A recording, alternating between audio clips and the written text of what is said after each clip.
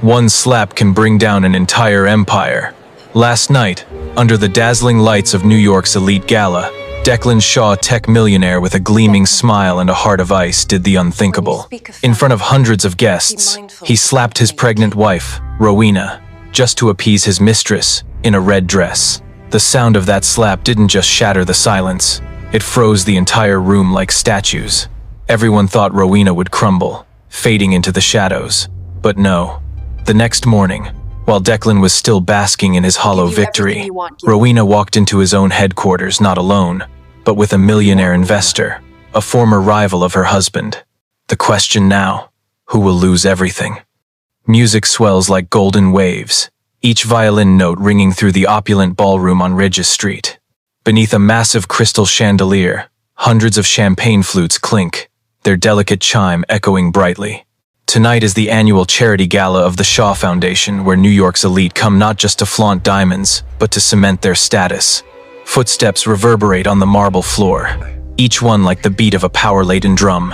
At the center of this universe stands Declan Shaw. His Tom Ford tuxedo, tailored to perfection, catches the light, reflecting off his dazzling smile. With that presence, he's not just a businessman, he's the self-crowned king of the city. His cold, arrogant eyes survey the room. Each handshake he offers feels like a judgment on another's fate. To his left is Rowena, his wife of 12 years, elegant in a deep navy gown, sitting with a regal posture, her face calm like a silent queen. Her slightly rounded belly, visible under the silk, is a fragile sign of the life growing within. To his right sits Kendra, his public mistress, in a fiery red dress like a bloodstain, her lips curled in defiance. Her seat should have been Rowena's, but tonight, the stage is set for a game of power. The air around the main table is thick. Conversations about investments, real estate, and politics drift like layers of masks. But behind the smiles, every glance secretly lingers on Rowena's rounded belly and the woman enduring in silence. Whispers spread. Poor thing, pregnant and still sitting there. Rowena doesn't respond. Her gray eyes quietly catalog every pitying look. As dessert is served, Declan, emboldened by wine, speaks with a voice like thunder. He boasts about his latest acquisition, emphasizing, "In business, hesitation is death. You see something, you take it. No apologies." Finishing, he places a heavy hand on Kendra's shoulder, as if claiming her before the entire room. Kendra leans in, her red lips parting like a thin blade. Declan never keeps outdated things. Her words, light as a breath, strike directly at Rowena. The room falters. A museum director chokes on his wine. A senator stares awkwardly at the tablecloth. No one dares look up. Rowena's hand tightens slightly on her belly. Her voice rings out clear, trembling but resolute. "Declan, I think your guest has had too much to drink. Perhaps she should leave." Her words are a final plea, but they freeze the room solid. Declan laughs, a harsh, grating sound that tears through the air. "Darling, you're just a piece of furniture in this castle. Don't ever lecture me in public." His words land like a hammer on Rowena's dignity. And then, the worst happens. Declan's hand swings, striking her face. The slap echoes like thunder, reverberating off marble walls, drowning out the music and silencing the entire hall. Rowena staggers, her hand instinctively clutching her belly. A collective gasp ripples through the room. In that moment, the unborn child becomes a witness to a family's collapse. But Rowena doesn't cry. Her gray eyes widen, burning with icy fire. On her cheek, the red handprint glows under the lights, a searing mark of betrayal. Declan turns to Kendra, receiving a satisfied nod. In his arrogance, he believes he's won, proven his power. The room falls silent. The music halts mid-note. Guests lower their heads. Rowena rises slowly. She smooths her gown, her back ramrod straight, her footsteps clicking on the marble floor. Not a word, just a chilling silence, enough to make Declan flinch for a moment. The door opens. New York's night air rushes in, cold, sweeping over the stinging mark on her cheek. She steps out, leaving behind forced laughter, fearful whispers, and Declan in his illusion of victory. Rowena exits the room like a shadow, but in her eyes a spark ignites. That slap didn't just shatter a marriage, It was the spark that started a war destined to shake the city. New York's night is like a cracked mirror, neon lights flickering through the tinted windows of a black Mercedes. Rowena's breath still carries the scent of wine and humiliation, but her eyes are wide open, chillingly alert. In the rearview mirror, her face bears the stark red mark of the slap. No makeup can hide it. But instead of breaking down, she stares at herself as if facing a verdict. The car doesn't head toward the lavish Fifth Avenue penthouse, the gilded cage where Declan trapped her for 12 years. Her trembling hand turns the wheel eastward. With each passing street, each fading light, it's as if chains are falling from her wrists. After nearly an hour, the car stops before a rusted iron gate in Brooklyn. This was once an abandoned 3-story textile factory, now a makeshift artist's haven. Rowena steps out, the cold piercing her thin dress, the night air stinging her burning cheek. In her leather clutch, an old key weighs heavy like a memory. The lock creaks, the gate swings open, revealing a small stone courtyard and weathered brick walls. She steps inside, her heels clicking slowly, like hammer strikes on cement. On the 3rd floor, a dusty loft emerges, but the scent of linseed oil, old wood, and dried paint lingers. This was her first solo project, where designs were sketched when Rowena still believed talent could protect her. The small, honest space stands in stark contrast to the penthouse's hollow opulence. Rowena runs her hand over a scratched wooden table, familiarity flooding back. A single tear falls not of weakness, but of rebirth. In the corner, an old steel wall cabinet looms. She turns the dial, each number clicking into place. Hidden behind the dust is a safe holding treasures more valuable than gold. Her fingers tremble as she enters the code, and with a metallic clank, the door swings open. Inside, no jewelry, no diamonds, Declan gifted to buy her silence. Instead, there are files, blueprints, patents registered in her name. Most crucially, a prenuptial agreement with an intellectual property clause. Declan, in his arrogance, dismissed it as mere paper. But now, that arrogance becomes a dagger aimed at his heart. Rowena pulls out the files, spreading them across the table. Blueprints of structural systems, energy-efficient glass designs, models of Shaw Innovations headquarters, all bearing her name as lead architect. Irrefutable proof. She places a hand on her belly, where the baby stirs. Her breath is heavy, but her whisper echoes in the empty room. My love, I promise to protect you. No one will steal our future. In that moment, Rowena is no longer the silent wife.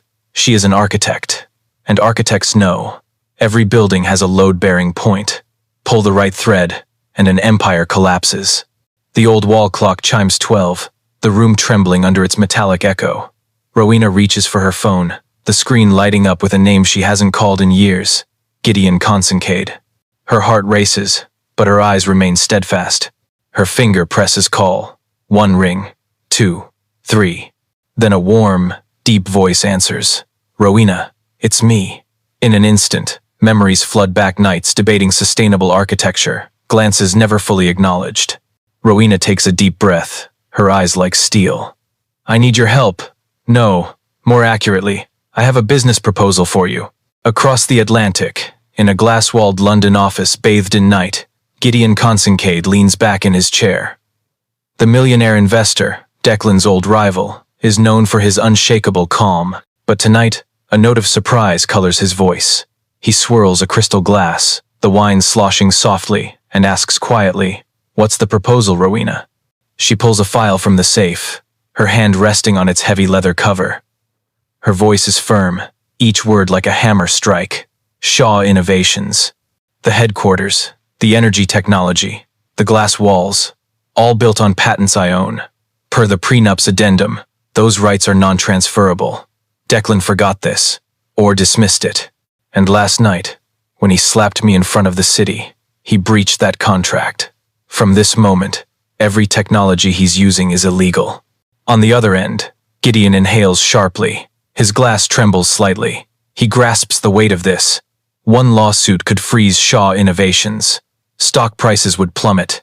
The empire would teeter. Good God, his voice lowers, almost excited. That's a fatal mistake. His arrogance blinded him. Rowena's lips curve into a cold smile. Exactly. He thought I was just a shadow behind him. He was wrong. I'm not calling to sue. I'm calling to rebuild. I don't just want to destroy. I want to create a company, this time in my name. The London office falls silent. Gideon rises, stepping to the window, gazing at the twinkling skyline. He realizes this isn't just a deal. It's a chess game. A woman once dismissed now lays the ultimate card before him. What do you want from me? His voice low, sharp as a blade. Rowena rests her hand on her belly, feeling the baby's faint movement.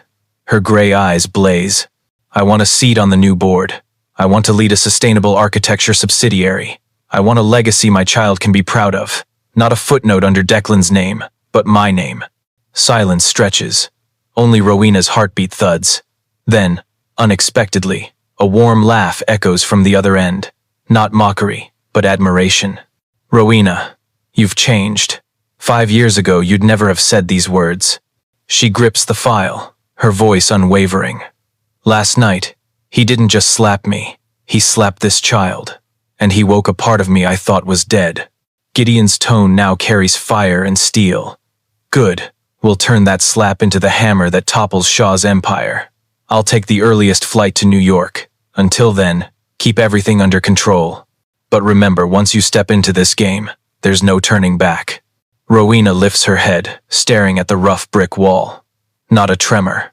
There was no turning back the moment he raised his hand. Gideon. A brief pause, then his voice booms. Welcome back to the game, Rowena Vance.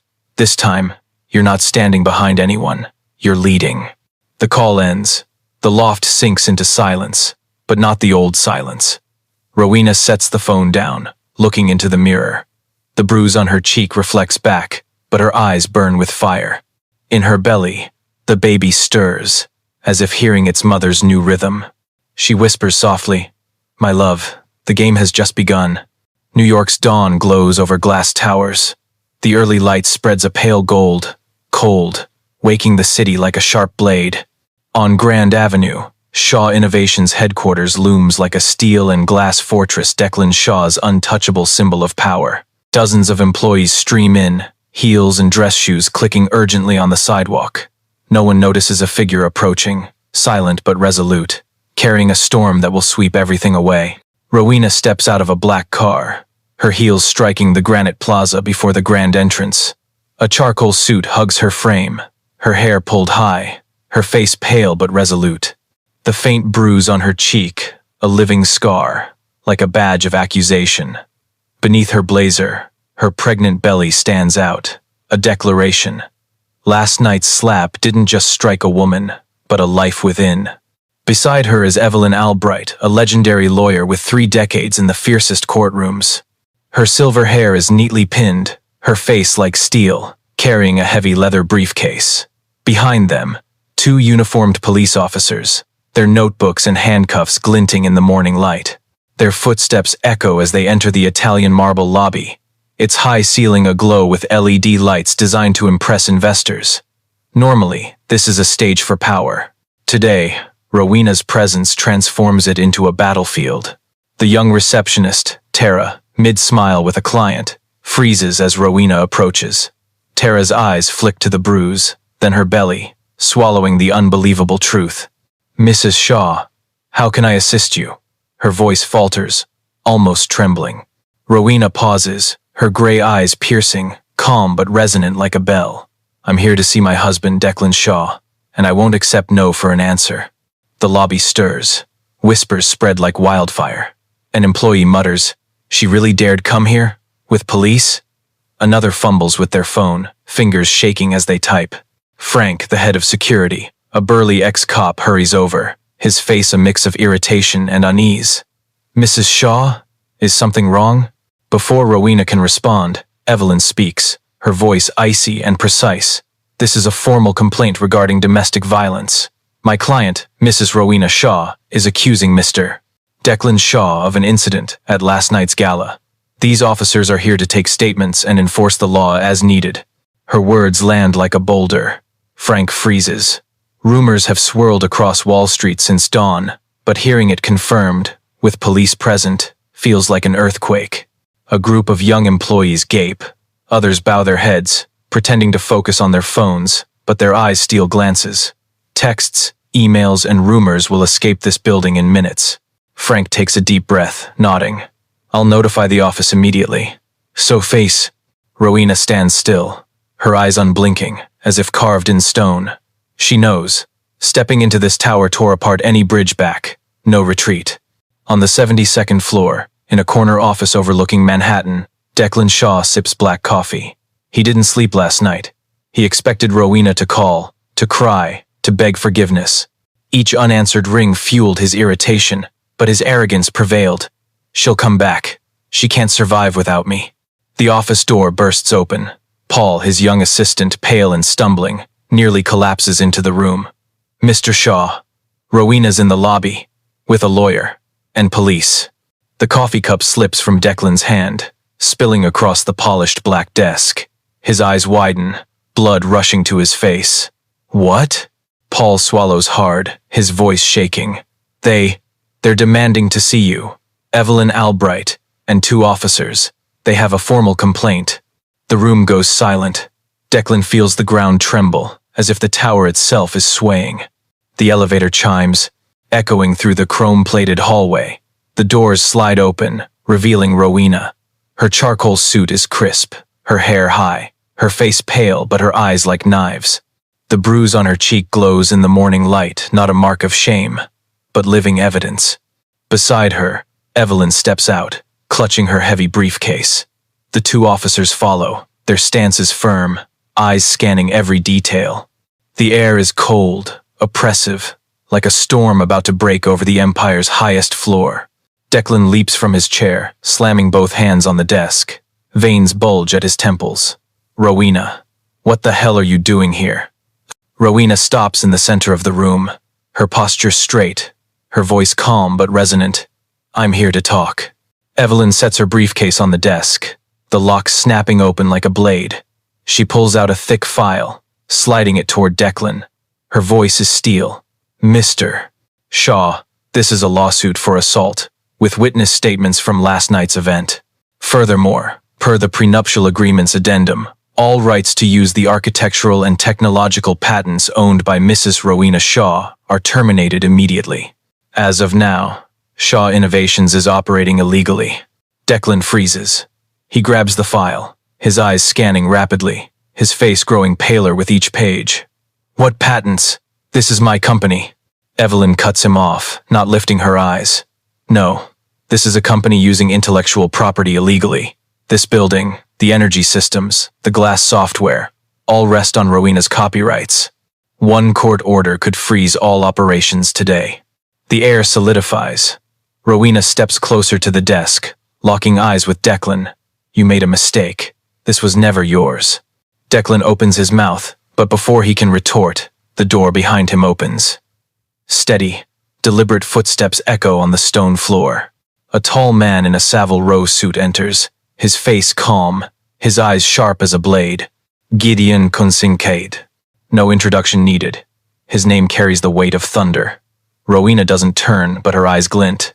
Evelyn's lips twitch. A chess piece has landed perfectly. Declan clenches his fists, his face flushing. What the hell is he doing here? Gideon doesn't answer immediately. He steps to the massive glass window, gazing at Manhattan's cold light. His voice is low, clear. An impressive building, energy-efficient glass walls, a decade ahead of their time.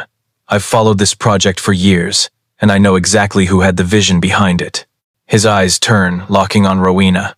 Declan roars. Get to the point, Gideon.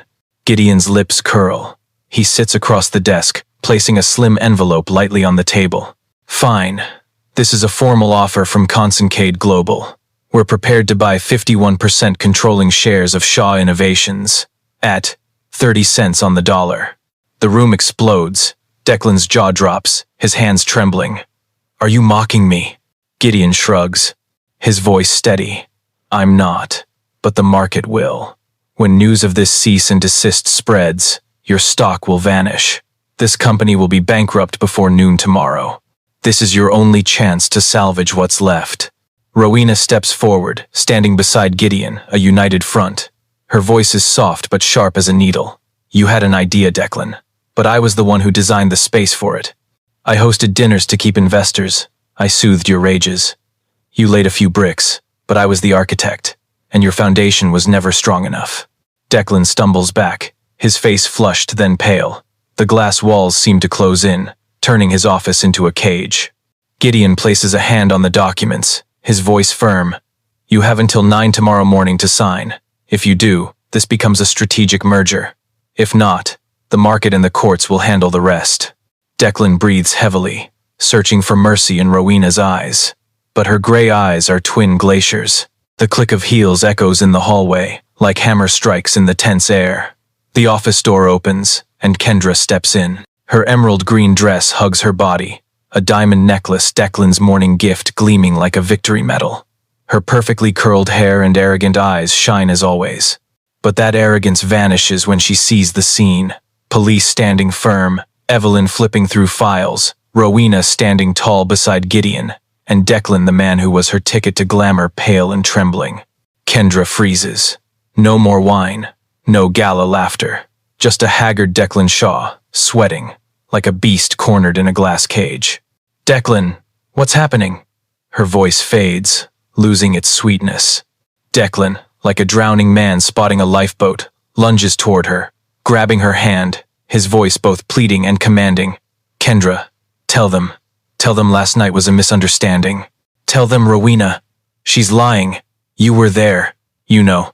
The room falls deathly silent. All eyes turn to Kendra. The woman once the homewrecker is now the witness who could decide the outcome. Kendra's eyes dart around. In her mind, cold calculations spin. Siding with Declan means sinking with him. Betraying him means rewriting her role from scandalous mistress to surviving witness. She looks at Rowena, the woman with a fading bruise but standing like a statue. Behind Rowena are the lawyer, the police, and Gideon Consincade. To oppose her now is to oppose the city itself. Kendra slowly pulls her hand from Declan's. A small gesture, but it cuts the final thread. I saw everything. Her voice trembles, eyes glistening. He lost control. I was terrified. Declan, you slapped Rowena. I was threatened too. An officer nods, scribbling quickly. Evelyn glances at Rowena, her eyes glinting with satisfaction. Declan stands frozen, his eyes bulging, mouth agape. What? You're betraying me? Kendra steps back, crocodile tears falling, her voice shaky but clear. I'm not betraying. I'm telling the truth. I don't want to be tied to violence. I need to protect myself. Her words echo, each one a cold nail in a closing coffin. Declan trembles, his face red, pointing at Kendra, his voice breaking. After everything I gave you, money, power, the spotlight you turn on me? Rowena steps forward, her eyes lingering on Kendra briefly. Her voice is low, icy. Thank you, Kendra. You chose the truth. But remember, the truth doesn't belong to anyone. It only chooses those strong enough to survive it. Kendra lowers her head, avoiding Rowena's gaze. She knows she's no ally. She just clung to the stronger branch. Declan slumps, his hands braced on the desk, sweat soaking his collar. He looks around, desperate for a sympathetic glance, but finds only cold eyes. An officer steps forward, his voice firm. Mr. Declan Shaw, we need you to come with us for a formal statement. You have the right to remain silent. Anything you say can be used against you in court. The metallic click of handcuffs echoes. The sharp sound reverberates through the glass room, like a death knell for a once proud throne. Rowena turns away. In the glass's reflection, the bruise on her cheek stands out like a badge of honor. She rests a hand on her belly, whispering silently, "We've escaped the golden cage, my love." New York awakens in a storm of headlines.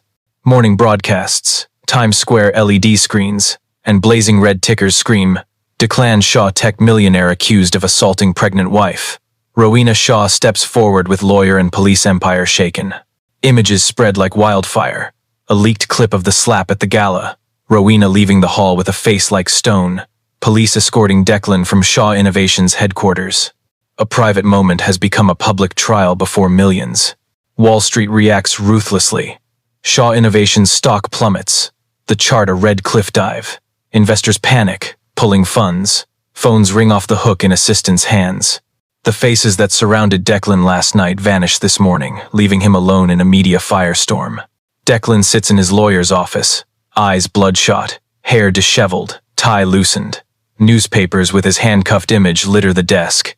He grips the table's edge, veins bulging, but for the first time, he can't find a way to regain control. The vast office he once called a throne room now feels like an invisible cell. Meanwhile, across the city, a starkly different scene unfolds. The Brooklyn loft, dusty last night, now pulses with life.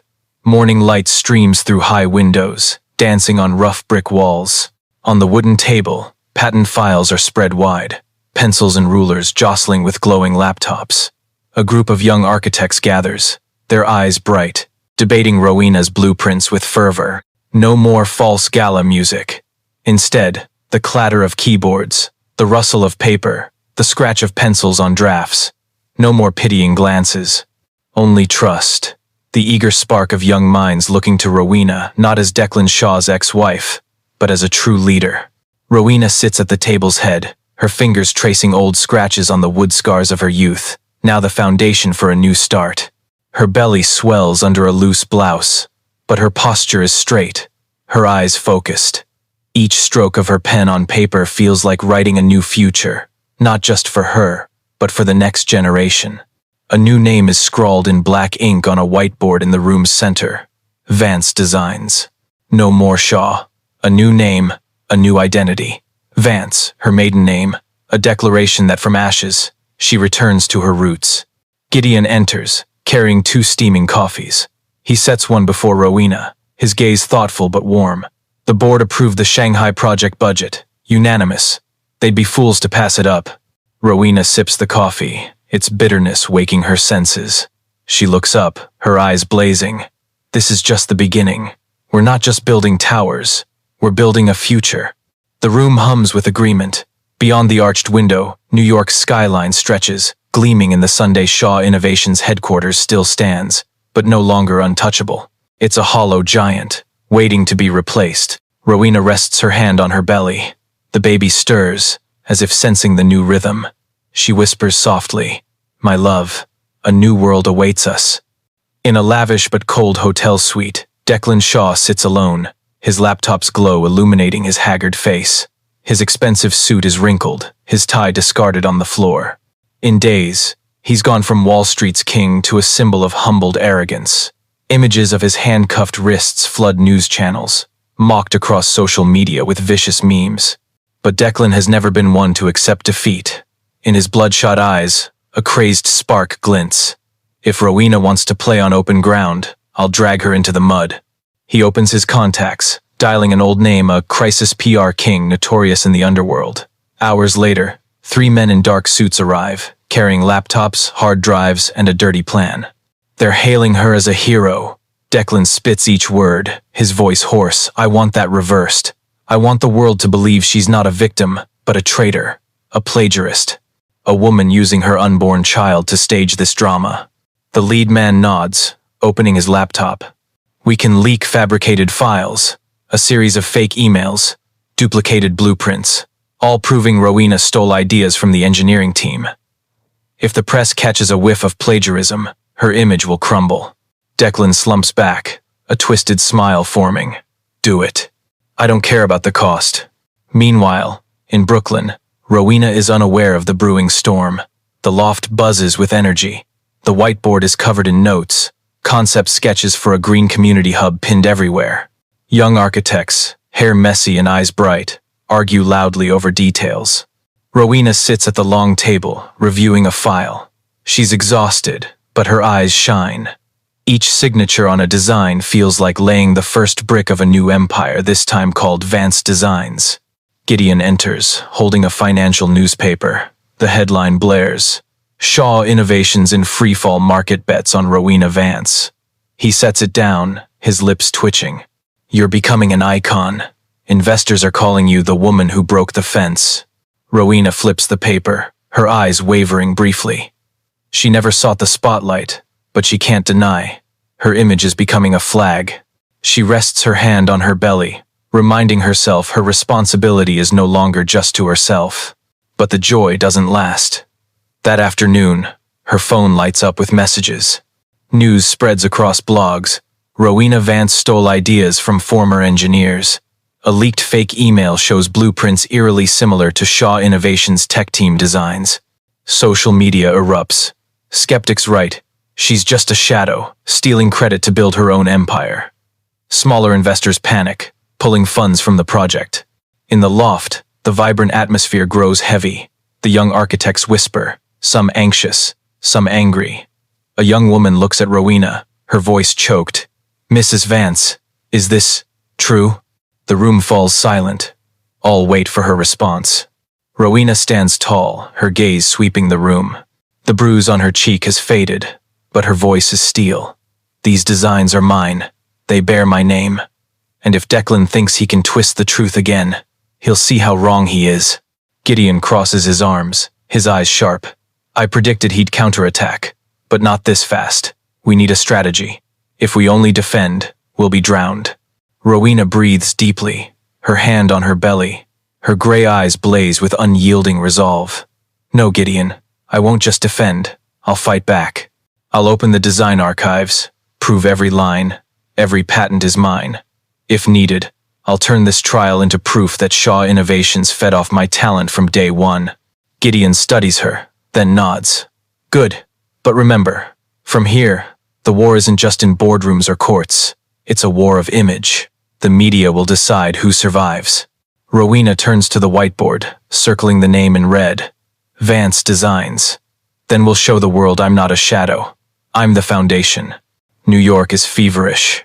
Every financial outlet, every tabloid screams, "Rowena Vance hero or idea thief. Vance Designs future teeters."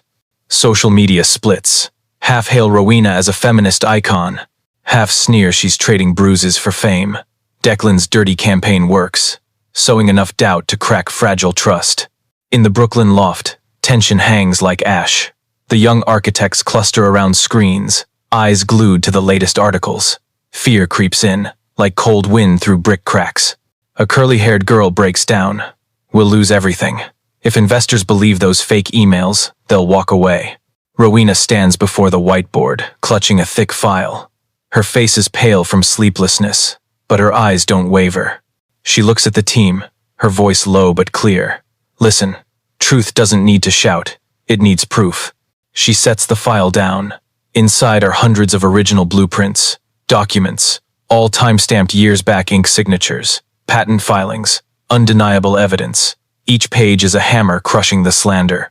"Declan thinks I won't go public, but I've kept every design, every patent. This isn't a story told by mouth. This is data, and data doesn't lie." Gideon steps forward, a hand on her shoulder, his eyes gleaming with respect. "If you release this archive, the media will flip instantly. But remember, once it's out, you'll have no secrets left. Everything will be scrutinized." Rowena breathes deeply, her hand on her belly, feeling the baby's faint stir. Her voice rings firm. "My child deserves to grow up in truth, not in the shadows of lies. We'll release it all." The next day, an impromptu press conference is held in a small Brooklyn artists' hall. No crystal chandeliers, no fine wine, just morning light streaming through old windows, dust sparkling like mist. Dozens of reporters cram in, microphones aimed at a makeshift wooden podium. The city waits to see how Rowena will respond to the accusations. She steps forward in a simple white suit. No jewelry, no heavy makeup, just a woman with a fading bruise, a visible pregnancy, and clear gray eyes. "Some say I stole." Her voice rings, needing no microphone to reach every ear.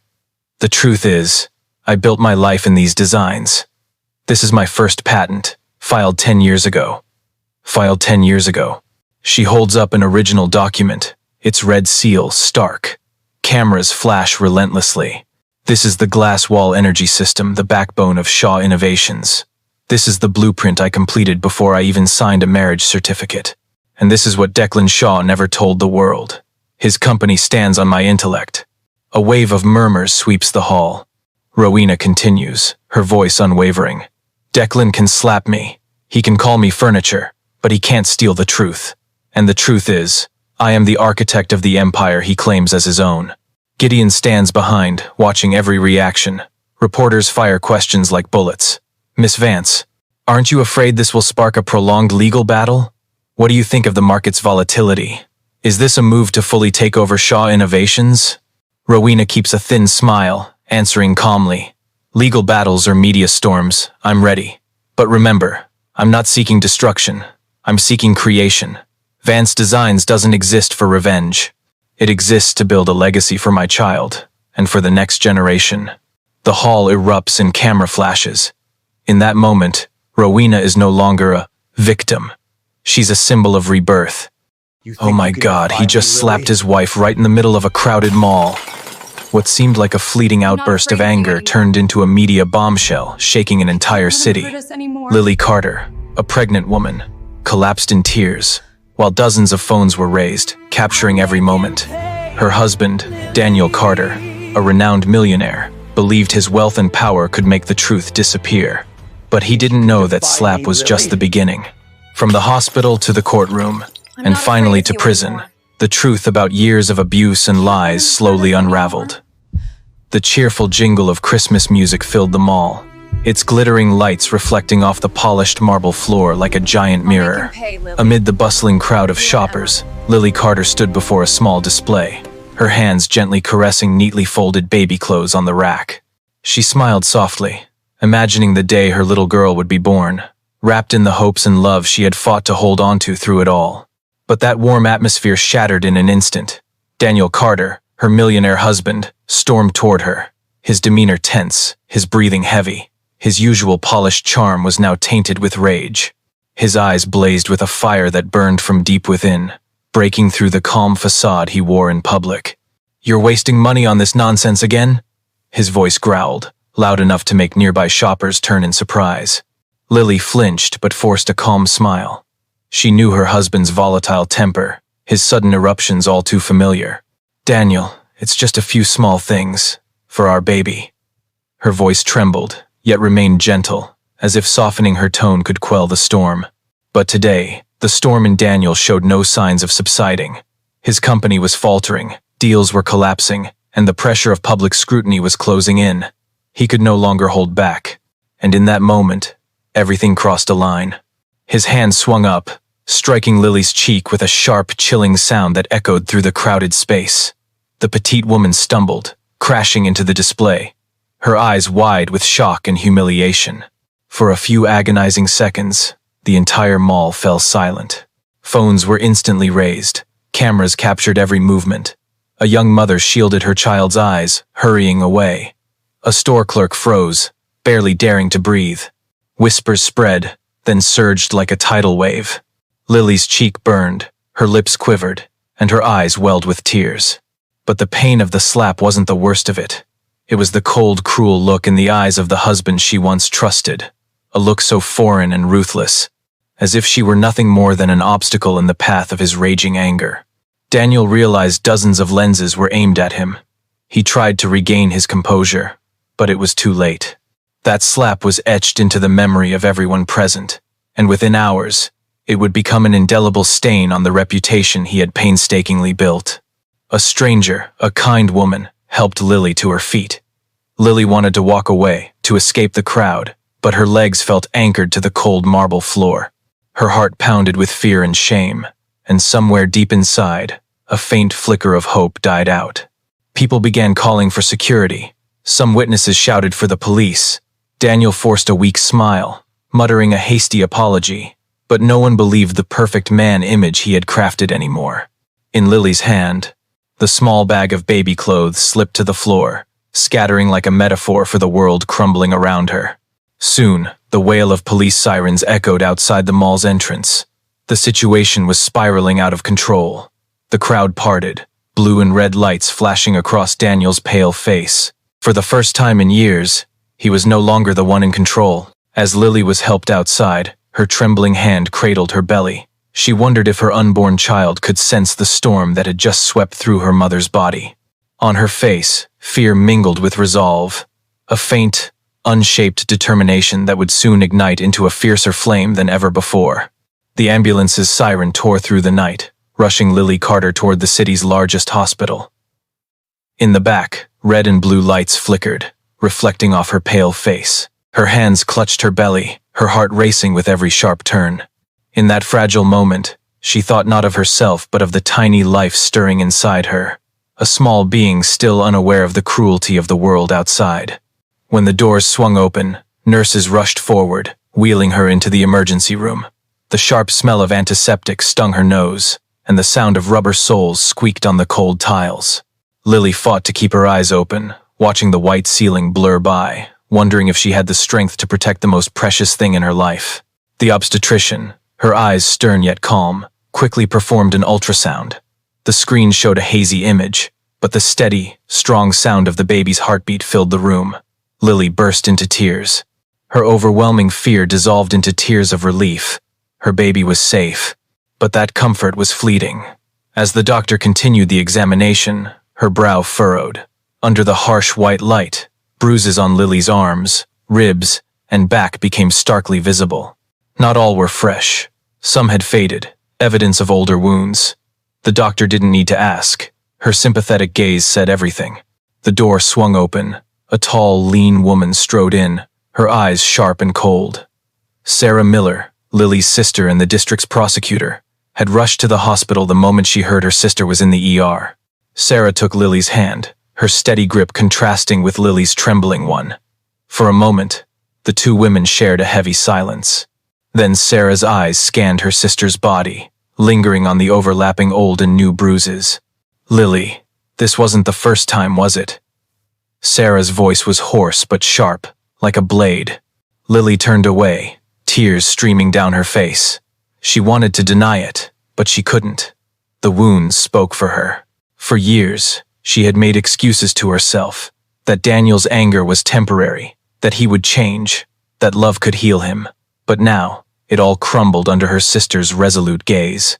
Sarah sighed, her eyes blazing with pain and anger. In her work, she had seen countless women with similar stories, but she never imagined her own sister would be trapped in that cycle. This was no longer just a case of domestic abuse. It was a battle Sarah had to fight, not just as a sister, but as a guardian of justice.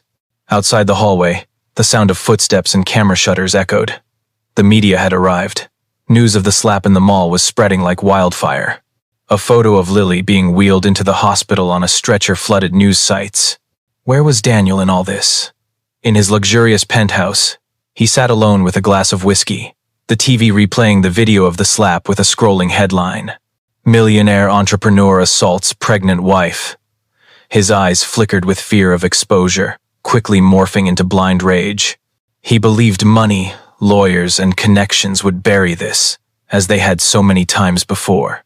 In the hospital room, Lily gripped her sister's hand, her voice trembling. I don't want this to blow up. I just want peace for my baby." But Sarah shook her head. "Lily, you've been silent for too long. This child can't grow up in a home like that. It's time to end this." Lily's eyes were wet, but deep within them, a new spark flickered, the spark of liberation. She wasn't ready, but she knew the truth would soon drag her into a fight she could no longer avoid. The next morning, America woke to a media storm. Nearly every morning news broadcast opened with the same video, Daniel Carter's hand striking his wife's face in a crowded mall. The image played on repeat thousands of times on TV, social media, and personal devices. Tabloids exploded with sensational headlines. Tech millionaire abuses pregnant wife. The $1 million slap. Who is Daniel Carter? American business icon's true face revealed. Talk shows invited experts to weigh in. Some condemned Daniel's actions as unforgivable. Others skeptically argued the video captured a momentary lapse, not the whole man. But all agreed, this was no longer just a family matter. It was a national scandal. In coffee shops, offices, and schools, people debated and argued. Some empathized with Lily, the woman humiliated in public. Others speculated she might be exploiting the attention to bring down her wealthy husband. Public opinion split like a new battlefront in the real world. Meanwhile, Daniel Carter sat in his high-rise office, his computer screen flooded with news articles. His hands gripped a whiskey glass, veins bulging on his forehead. He wasn't one to be defeated easily. His anger morphed into a plan to strike back. He picked up the phone and called Victor Hale, a star lawyer for the elite, notorious for turning crimes into unfortunate misunderstandings. Hours later, Victor strode in, his tailored suit impeccable, his face radiating confidence. "Don't worry, Daniel. Money can make the media forget fast. We'll rewrite this story. From a violent husband to a victim of misunderstanding and media exaggeration." Daniel nodded, his eyes glinting coldly. He trusted in the power of money, lawyers, and his network of influence. But across town, Sarah Miller wasted no time. In her prosecutor's office, she spread out dozens of documents, medical photos, doctors' statements, and witness testimonies. On a whiteboard, she wrote in bold, "Carter versus Justice." With her team, Sarah strategized. Solidify evidence of long-term abuse, gather witnesses who had seen it firsthand, and shield Lily from media pressure. She knew her opponent was Victor Hale, a master at swaying juries. But Sarah wasn't just a prosecutor, she was a sister, and this time, justice wore a family face. Lily remained in the hospital, surrounded by reporters. Every time she turned on the TV, she saw her swollen, tear-streaked face on countless channels. Her privacy was gone. Her life was now a story for millions to dissect. She felt fear, but deep down, a new hope stirred. Each article exposing the truth, each interview mentioning victims, felt like a piece of strength sent to her. For the first time, Lily felt she might not have to suffer in silence anymore. The public frenzy deepened. TV stations aired both sides, witnesses confirming Daniel's violent behavior, countered by former employees describing him as a perfect, compassionate leader. The story wasn't just legal. It was a battle for public trust. Daniel still appeared before the press, forcing a strained smile, hand on his chest, speaking of love for his family, and a moment of weakness. But behind closed doors, he raged at losing control. For the first time in his career, the image of the untouchable man began to crack. Sarah knew time was on her side. The longer this dragged on, the heavier the societal pressure on Daniel. But she also knew Victor Hale wouldn't sit idle. He would strike back, crafting a counter-narrative to sow doubt in the jury's minds. Both sides understood. This battle wasn't just in the courtroom but on the screens of every American's phone. Night fell over the city like a thick curtain. In Daniel Carter's high-rise apartment, dim light spilled from wide windows, casting his shadow long across the wooden floor. The whiskey glass in his hand remained half full, but his mind was elsewhere. The TV replayed the slap video endlessly, and with each loop, his grip tightened. Across town, Olivia Grant, Daniel's longtime assistant, sat silently in her small apartment.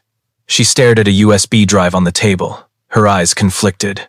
For nearly a decade, she had trusted and followed Daniel, witnessing him build his tech empire from nothing. He was once a leader she admired, but also a man whose dark side she had seen too many times. She recalled the moments Lily entered the office with red-rimmed eyes. The times Daniel slammed doors, his shouts echoing, leaving a heavy silence when they reopened. Olivia had told herself it wasn't her business, but after seeing the viral video, she realized silence was complicity. With trembling hands, she picked up the phone. Hours later, she sat in the prosecutor's office. Sarah Miller faced her, eyes probing but hopeful. Olivia placed the USB on the table, sliding it towards Sarah. "For years I recorded private meetings, calls, for work purposes, but some of it involves Lily. I can't keep it to myself anymore." Sarah plugged in the USB. A chilling sound filled the room. Daniel's voice, low, cold, echoed in the silence. "You'll do what I say, Lily. You don't get to decide. Don't forget who pays for everything you have." More clips followed. His shouting, insults, threats. In one particularly damning recording, his voice dropped, icy and sharp. "You don't need to know what I put in your pills. As long as you sleep and do what I want, the baby won't know a thing." Sarah froze, her blood running cold. Poisoning. This wasn't just domestic abuse. It was a grave crime that could dismantle the legal defenses Victor Hale was building for Daniel. When Lily was brought in to hear the recordings, she nearly collapsed. Each word from that familiar, cruel voice stabbed her heart. She clutched her belly, tears streaming, torn between pain and horror. The child she cherished, protected daily, had been endangered from within her womb. The man she once trusted to build a family was plotting to control that tiny life. Sarah sat beside her, gripping her hand tightly. "Lily, this truth will protect you. It will bring him down, but you have to be stronger than ever." Olivia watched the sisters, her eyes a mix of regret and resolve. She knew her life would never be peaceful again. Daniel would never forgive this betrayal, but at least she had chosen the right side. Meanwhile, in his lavish mansion, Daniel remained unaware of the betrayal. He believed Victor Hale would clean everything, that a few promises and connections would make this vanish like past scandals. But this time, he didn't know a bomb had been placed beneath his feet. The evidence Olivia provided wasn't just a crack, it was a weapon of destruction, capable of obliterating the model entrepreneur image he had built.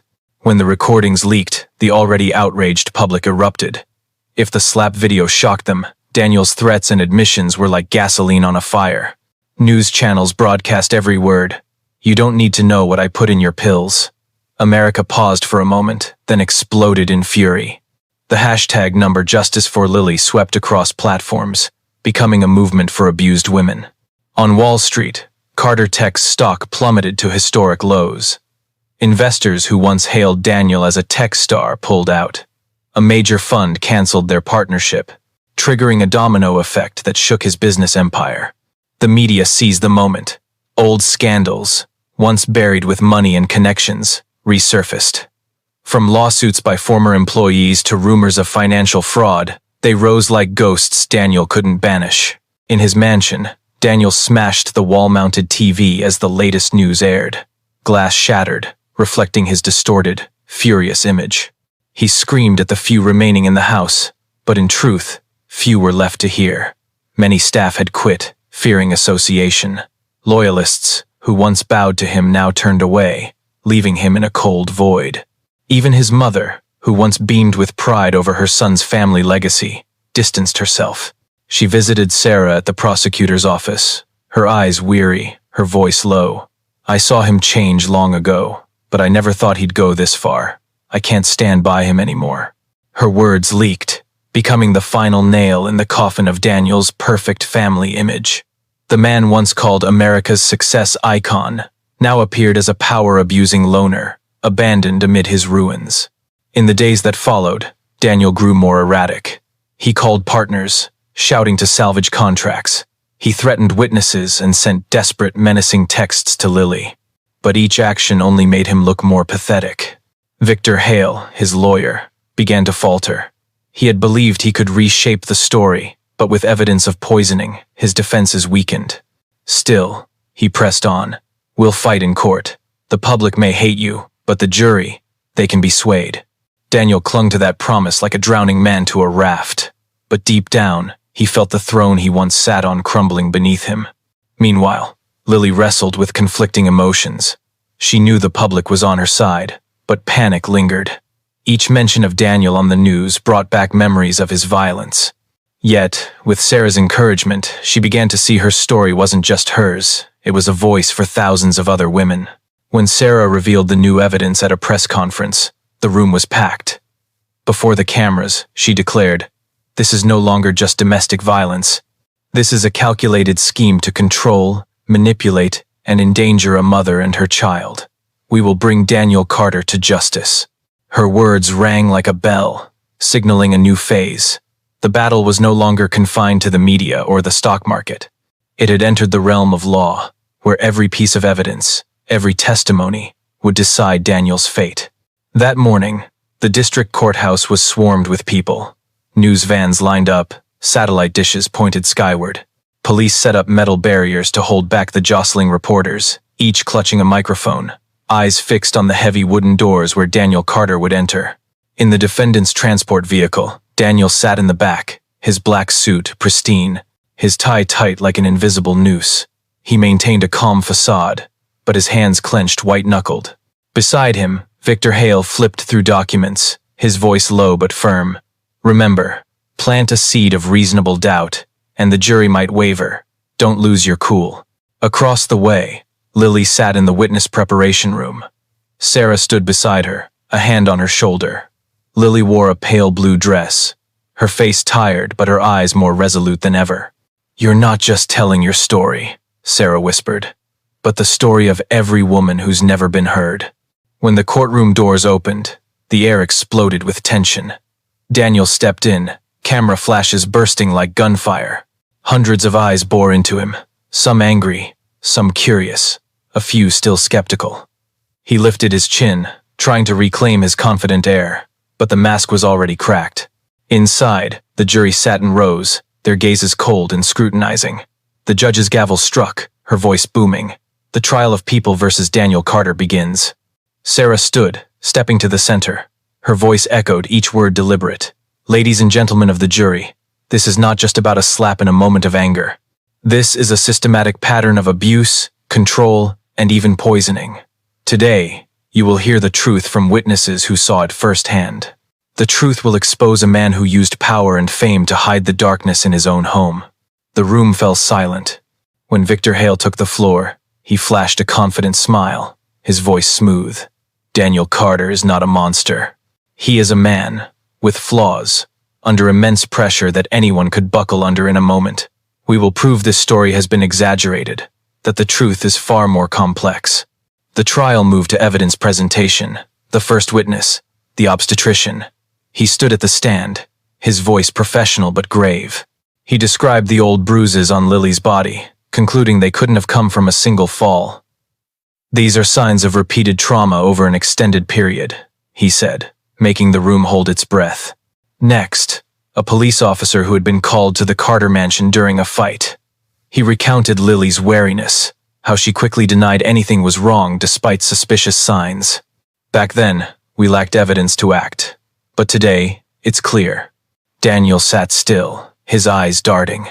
Victor leaned in, whispering strategy, but Daniel's lips tightened.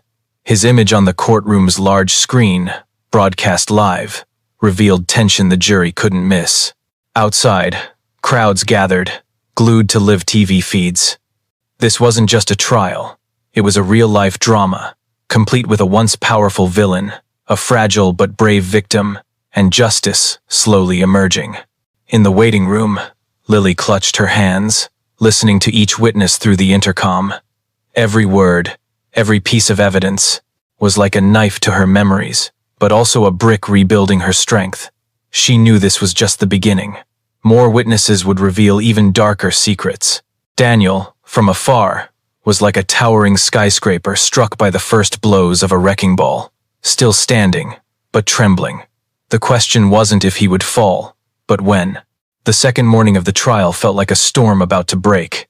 The gallery was packed, every eye locked on the witness stand. The judge called Olivia Grant. Olivia walked in, her posture straight but her hands clasped tightly. Her simple suit contrasted with the powerful assistant who once stood beside Daniel at major events. Now, she was no longer his shadow but the one ready to expose his darkness. She sat, swearing to tell the truth. Sarah approached, her gaze steady but empathetic. "Miss Grant, please tell the jury what you witnessed while working with Mr. Carter." Olivia took a deep breath, her voice shaky but growing firm. "I was with Daniel for nearly 10 years. I saw him yell at Lily, humiliate her in front of staff. I heard his threats. And I recorded everything," Sarah signaled. A technician played the recordings. The room sank into heavy silence. Daniel's voice echoed, cold and cutting. "You don't get to decide, Lily. I control everything. If you defy me, you'll lose it all." Another clip. "I put something in your pills, and you didn't even notice. The baby won't know a thing." The sound shook the courtroom. Some jurors exchanged horrified glances. In the waiting room, Lily sobbed, her hands shielding her belly as if protecting her unborn child. Victor Hale leapt up, objecting. "This evidence is inadmissible. It was collected without consent." But the judge struck her gavel, ruling, "In the context of this case, these recordings are admissible." Victor gritted his teeth, turning to challenge Olivia. He tried to paint her as an opportunist. "What did you gain by betraying Mr. Carter? A new job? A book deal?" Olivia met his gaze, replying firmly, "I just wanted a clear conscience. I stayed silent too long." The room fell quiet. Her words landed like a heavy hammer on the image Victor was trying to protect. But the real blow was yet to come. Sarah called a surprise witness, Jane Miller. The room buzzed. The doors opened, and a middle-aged woman entered, poised but with eyes carrying old wounds. It was Daniel's ex-wife. Jane took the stand, her voice steady. "I was married to Daniel Carter. I lived in fear for years. He hit me, controlled me, then bought my silence with money and empty promises. When I saw what Lily was going through, I knew I couldn't stay silent anymore. Her words pierced the last remnants of Daniel's facade. He erupted, jumping up, shouting, "You're a liar! You're all betraying me!" The judge banged her gavel repeatedly. "The defendant will maintain order."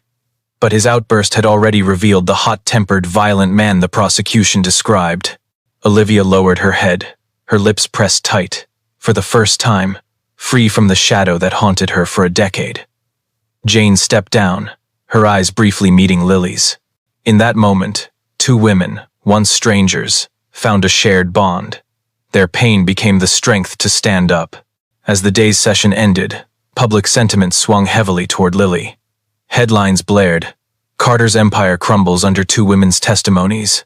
Witnesses destroy Millionaire's image." Daniel returned to his temporary cell, his eyes burning with hatred. He knew what he once held was slipping away piece by piece. Power, reputation, wealth, all seemed unable to save him from the words of those closest to him. Night cloaked the city, but in the temporary cell, Daniel Carter found no sleep. The dim yellow light from the ceiling bulb cast his shadow long on the cold wall. He sat on the edge of the iron bed, fists clenched, staring into the void. Once, nights meant wine-soaked galas, Manhattan's neon glow, partners' laughter, and endless praise.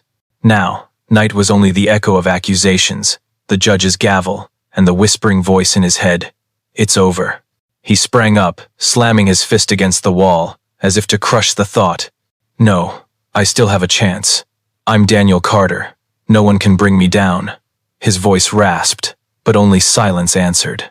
Victor Hale had visited earlier, still outwardly confident, but with hesitation in his eyes. He advised, "Tomorrow, you testify. We need to show the jury a humane Daniel, a father, a husband who made mistakes but deserves forgiveness." Daniel nodded, but his mind wasn't on forgiveness. It was on manipulation, control, as he had done to so many before. In a small mirror, his face reflected back, haggard, tense, eyes like dark pits. He smoothed his hair, telling himself, "Tomorrow, I'll take back control. I'll make them believe me." But a bitter laugh escaped his throat. Even he wasn't fully convinced anymore. Across town, Lily couldn't sleep either. She sat by the hospital window, moonlight bathing her pale face. Sarah sat nearby, papers strewn across the table, preparing for the next day. "I'm scared, Sarah," Lily whispered. "He'll lie. He'll perform, and part of me knows he can still convince people." Sarah looked up, her eyes sharp. "Lily, tomorrow, you don't have to fight him anymore. His true nature will destroy him. Don't forget, the world saw that slap, heard those recordings. You're not alone anymore." Lily nodded, tears falling. But deep down, the fear lingered. Daniel's enraged eyes, his hissed threats, the cold cruelty she had seen too many times. Back in the cell, Daniel lay down, staring at the ceiling. He pictured tomorrow, the lights, the jury, the scrutinizing faces. He saw himself on the stand, voice warm, demeanor calm, speaking of pressure and love for family.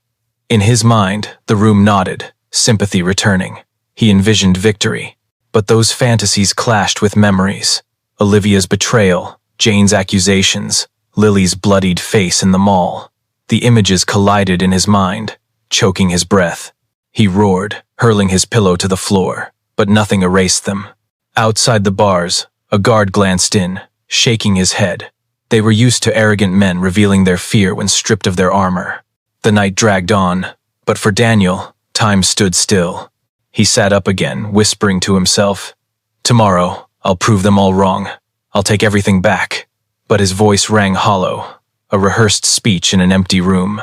Meanwhile, as Lily closed her eyes, a fleeting dream appeared, her baby in her arms, dawn's light radiant, and Daniel's shadow fading behind. She didn't know what tomorrow held, but in that dream, she saw herself stepping through the nightmare. The third morning of the trial, sunlight streamed through the courtroom's high windows, spilling onto the worn wooden floor. The air was thick, every small cough echoing like a drum. All eyes were on the wooden stand where Daniel Carter would soon sit. The defendant stood, walking to the center, his suit pristine, tie perfect, his face sculpted as if this were a press conference, not a trial. He pressed his lips, took a deep breath, and placed his hand on the Bible, swearing to tell the truth. Victor Hale approached, his voice calm, each word measured. "Mr. Carter, please tell the jury who you are, not through the media's lens, but as a human being." Daniel looked straight ahead, his eyes glistening as if to sway. "I'm a husband, a father to be expecting my first child. I built a career from nothing, under immense pressure from work and expectations. I made mistakes, but I'm not the monster people paint me as." He paused, letting the words linger. A few jurors nodded slightly. Victor pressed on. "And about that night in the mall?" Daniel lowered his head, his voice soft. "It was the worst moment of my life. I lost control.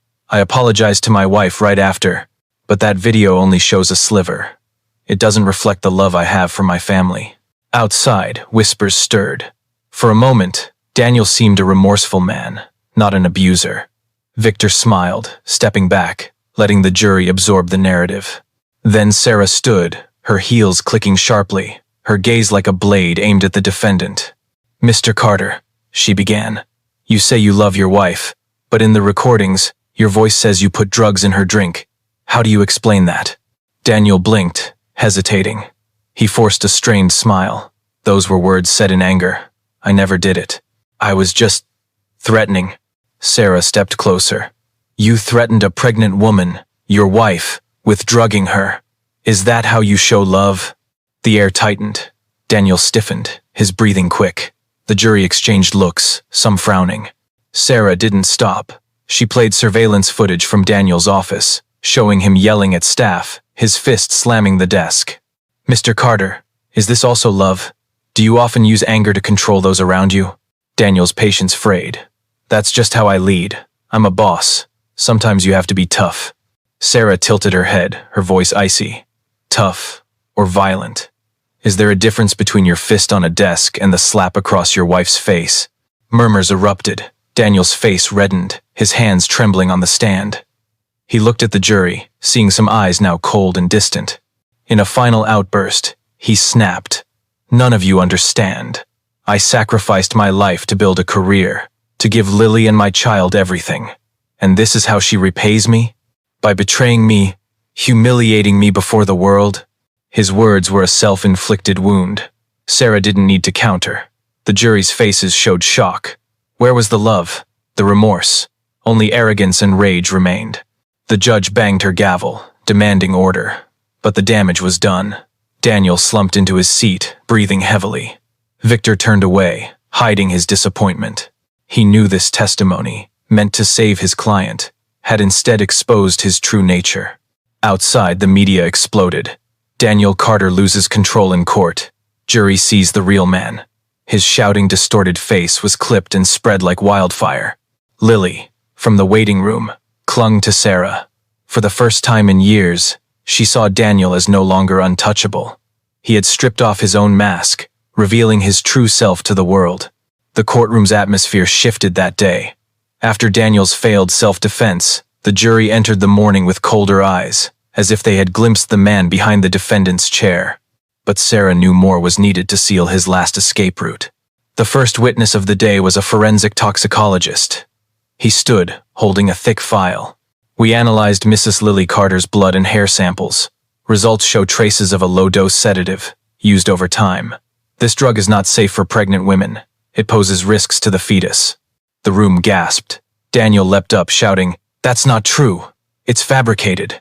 But the judge's gavel demanded silence. The doctor continued, his voice firm. Notably, the drug's presence appeared in samples from multiple time points, proving it wasn't a one-time incident. Someone deliberately sustained this over a long period. His conclusion landed like a hammer. Some jurors scribbled notes, their stern faces betraying outrage. Next, a veteran police officer testified. He described multiple calls to the Carter mansion after neighbors reported shouting. "We saw signs of violence, but Mrs. Carter always denied it. Without enough evidence, we couldn't act. Now I understand. Her silence was driven by fear." Then, a psychologist took the stand, her voice calm. Mr. Carter's behavior is typical of abusers: isolation, financial control, threats, and ultimately violence. The recordings and video show a systematic pattern, not a momentary lapse. Victor Hale objected, but each defense seemed weaker against the mounting evidence. The jury, and the public watching live, felt the weight bearing down on Daniel. Then came physical evidence. Sarah presented pill bottles found in Daniel's office, still labeled from a pharmaceutical company. "These are the sedatives the doctor analyzed," she said, her voice sharp as a blade. "Purchased through Carter Tech's account, signed by the defendant." Daniel jumped up, yelling, "I didn't sign those. Someone forged it. This is a conspiracy against me." But his voice was hoarse, frantic, lacking the proud confidence of old. Sarah let his rage speak for itself. In the tense silence, his shouts echoed through the courtroom, the sound of a man stripped of all pretense. Outside, the public roared. Headlines screamed, "Poisoning evidence confirmed. Witnesses expose years of abuse." Thousands gathered outside the courthouse, holding signs, "Justice for Lily." In the waiting room, Lily clutched Sarah's hand. The pain hadn't faded, but for the first time, she saw a glimmer of light. The door that once trapped her was opening, bit by bit, thanks to those who dared to speak. Daniel, conversely, sank into darkness. He turned to Victor, shouting, "Do something, save me." But Victor only bowed his head. Even his last ally no longer believed in a way out. The session ended, the air heavy with the sense that the verdict was only a matter of time. Daniel left the courtroom, hands trembling, eyes wild. The man once celebrated was now a tattered shadow. After the final evidence, the city erupted in a news frenzy. TV stations ran the recordings 24/7, analyzing testimonies and expert commentary. But this time, the public wasn't divided. Most agreed. Daniel Carter was guilty. On Wall Street, Carter Tech's stock hit rock bottom. Investors who once called Daniel a tech genius avoided his name like a curse. Partners canceled contracts. Employees resigned en masse. The Carter name, once a symbol of innovation, now meant violence and betrayal. In elite circles, those who once vied to shake Daniel's hand cut contact. His calls went unanswered, his texts ignored. Politicians who used his fame for clout quietly deleted related photos. At the courthouse, the Carter family's fracture became stark. His silver-haired mother appeared, eyes red. As she passed her son, she didn't stop, only whispering coldly enough to shatter his world, "You're not the man I knew." Daniel froze, as if his breath had been stolen. He thought at least his mother would stand by him, but even she had left. In that moment, he realized, no one remained. In temporary detention, Daniel raged at the guards, banging his fists on the bars. "I'm innocent, it's all a setup." But no one believed, no one cared to listen. Other inmates whispered as he passed, smirking mockingly. The man who once dined with heads of state was now a cursed name. At night, Daniel sat curled on the iron bed, eyes vacant. Memories of lavish parties, flashing cameras, endless praise echoed in his mind like a fading dream. He felt like a drowning man, clutching at fragments of the past, each slipping through his fingers. In his despair, anger flared. He vowed revenge on all: Olivia, Jane, Sarah, and Lily. But as he swore, he realized he had no tools left to act. Power, money, connections, all gone. His rage turned to a cold void, swallowing him whole. Meanwhile, Lily began reclaiming her life. In a newly rented apartment, she hung sheer white curtains, letting morning light flood the room. The past days still brought media scrutiny, but her heart felt lighter. Sarah stayed by her side, helping her focus on what mattered most: her baby's impending arrival. One morning Lily stood before a mirror, her hand on her rounded belly. She whispered, "We're almost free, little one." Her eyes bore traces of exhaustion, but a new light shone, the light of a woman no longer bound by fear. Outside, the public saw Lily not just as a victim, but as a symbol of resilience. Her image leaving the courthouse, pregnant, spread widely, captioned, "She stood up for us all." While Lily found renewal, Daniel sank into an abyss of isolation. The final trial day loomed, and he knew his fate was sealed. Yet, in his mind, threats still echoed, a reminder that even in chains, his anger never fully died. That morning, the courthouse was packed. the tension palpable. The heavy doors opened, and the jury entered, holding the envelope with the verdict. The judge's gavel struck, her voice booming. "Have you reached a verdict?" The jury foreperson stood, voice clear. "We find the defendant, Daniel Carter, guilty. Guilty on all charges." A wave of shock rippled through the room. Lily, in the gallery, gripped Sarah's hand, tears streaming. Years of silence, hidden wounds, were answered with 2 words: justice. Daniel leapt up, face red, shouting, "You set me up. I'm the victim. I'll come back. I'll make every one of you pay." His words cut like a knife, making Lily shudder. But the judge's gavel slammed. "The defendant will maintain order. For the convicted charges, this court sentences Daniel Carter to 10 years in prison." Murmurs erupted. Some clapped, others wiped tears. Police moved in, cuffing Daniel. He struggled, eyes blazing, growling as he was dragged away. "Lily, you haven't won yet." The doors closed, his shadow vanishing behind bars. A dark chapter ended. But that same day, a new one began. That afternoon, Lily felt sharp pains and was rushed to the hospital. In a bright white room, the monitor's beeping heartbeat filled the air. Sarah held her hand, whispering, "You're not alone anymore. Think of your little girl." The hours stretched endlessly, sweat soaking Lily's brow, her lips clenched, eyes burning with resolve. Then, amid the rhythmic encouragement of doctors and nurses, a clear cry pierced the darkness. Emma was born. Lily held her daughter, feeling soft skin, tiny breaths against her neck. She whispered, "We're free now, my love." Tears fell, no longer from fear but from release, from hope. Sarah stood beside her, heart swelling. This wasn't just a legal victory, but a triumph of love and resilience. She knew challenges lay ahead, but today they had crossed an abyss. In his cell, at the same moment, Daniel sat in darkness, hands trembling as they scratched the cold wall. The cheers outside didn't reach him. Only the echoes in his mind remained. Anger, hatred, and vows of retribution. At one end of the city, a child cried her first breath. At the other, a once powerful man languished in chains. 2 opposing images, a beginning, an end, intertwined as fate had ordained. Lily and Daniel's story closed in a dance of light and shadow. A woman once silenced, living in fear, had risen and found freedom. An untouchable empire fell under the weight of undeniable truth. But beyond that, this wasn't just one family's tale. It was a mirror reflecting thousands of lives out there, those still enduring in silence. Justice may be slow, but it exists, and when truth is revealed, even the mightiest cannot escape. For Lily, Emma was rebirth. Each cry from her daughter affirmed that darkness could never outshine light.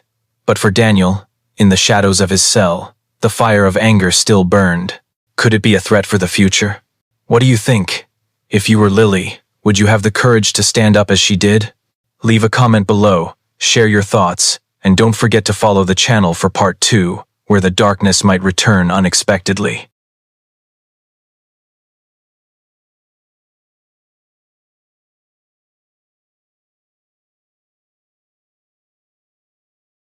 Slap. The crack of Ethan Blackwell's hand against his pregnant wife's cheek sliced through the glittering air of the Plaza Hotel's grand ballroom. Gasps rippled through New York's elite, champagne glasses trembling mid-air, as his mistress, Isabella, stood frozen beside him. Within seconds, the scene blazed across social media, scandal devouring the city's gossip circuits. But behind Sophia's glassy stare was a storm, once the radiant bride in a storybook romance, now a woman tasting betrayal and humiliation in front of the world. Ethan, blind in his arrogance, had no idea that the secret she carried would one day shatter his empire and rewrite their fate. If you've ever known the sting of betrayal, prepare yourself. This is a story you won't be able to turn away from until the very last breathless moment. From the shadowed, grit-stained streets of Detroit, Michigan, where the American dream shimmered like a mirage just out of reach, Ethan Blackwell emerged as a living emblem of relentless will. Born into a blue-collar family with a father laid off from the assembly line and a mother grinding through night shifts to keep food on the table, Ethan learned early how unforgiving the streets could be. Nights spent hunched over borrowed textbooks beneath the flicker of street lamps, days juggling odd jobs from scrubbing windshields to hauling newspapers, each moment tempered a boy into a man driven not just by hunger for wealth, but by a need to command the respect of the very world that once looked down on him. Those early scars became the steel in his spine, shaping the figure New York's power circles now applauded. But was that dream unbreakable, or just a gleaming mask hiding a storm ready to tear it all apart? Through sheer force of will, Ethan carved his vision into reality. Graduating on a full scholarship earned through flawless grades and scrappy startup ventures, he hurled himself into the tech world like a force of nature.